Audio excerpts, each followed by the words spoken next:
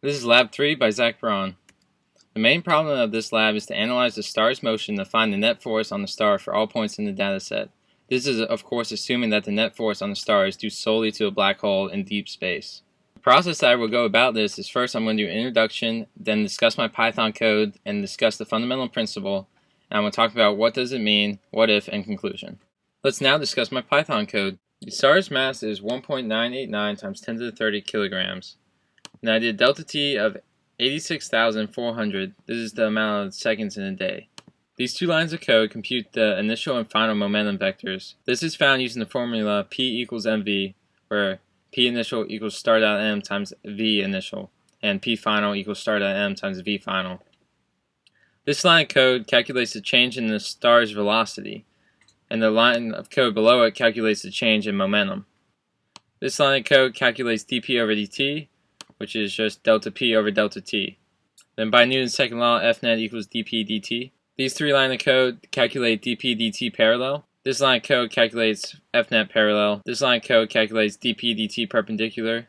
This line of code calculates Newton's second law with F net perpendicular. dp dt parallel is how the magnitude of dp dt is changing, whereas the perpendicular gives direction. Let's now discuss the fundamental principle. The fundamental principle that we're going to be using is Newton's law of universal gravitation. This is the force of gravity equal to the gravitational constant, the mass of the star times the mass of the black hole over the position squared. The mass of the black hole is our unknown, so let's solve for that. First, we're going to multiply by the position squared, and then we're going to divide by g, the gravitational constant, times the mass of the star. Now let's start plugging in our values. Fg equals Fnet because the only force on the star is the black hole in deep space. This is because the black hole is the only object acting on our system, the star. Therefore, the Fnet equals 2.152 times 10 to the 27th newtons. This is derived from my Python code, which this also equals the force of gravity. Let's now calculate our position vector.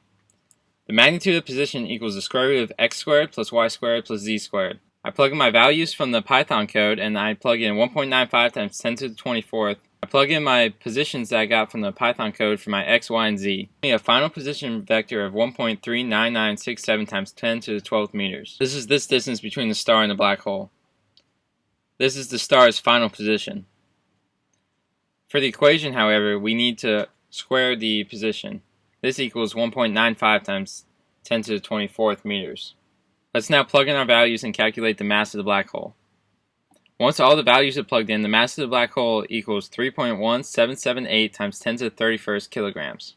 What does it mean? The first step to solving what it means is that we need an IDR system. In this case, our system is the star and the black hole. Then we use observations of the motion of the star to find Fnet. Then have to specify our interactions. In this case, it's only the gravitational force. Finally, we solve for our unknowns, which was the black hole's mass. dp and dt and its components are the changes in momentum over the changes in time. This is caused by the net forces.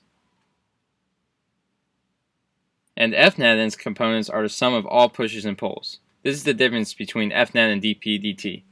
What if? What if a different black hole was placed in the same location? Is it possible to find a different mass for the value of the new black hole if it's placed in the same spot as the original black hole? The answer is that the new black hole would not appear any different from the old black hole because the star's motion would remain the same. In conclusion, I would like you to remember 3 points. The first point is that Fnet and its components are the sum of all pushes and pulls. This is different from dp dt and its components because those are the changes in momentum over the changes in time. This is caused by the net force. The final thing is that it is possible to find a mass of an unknown body just by observing motion of an orbiting body.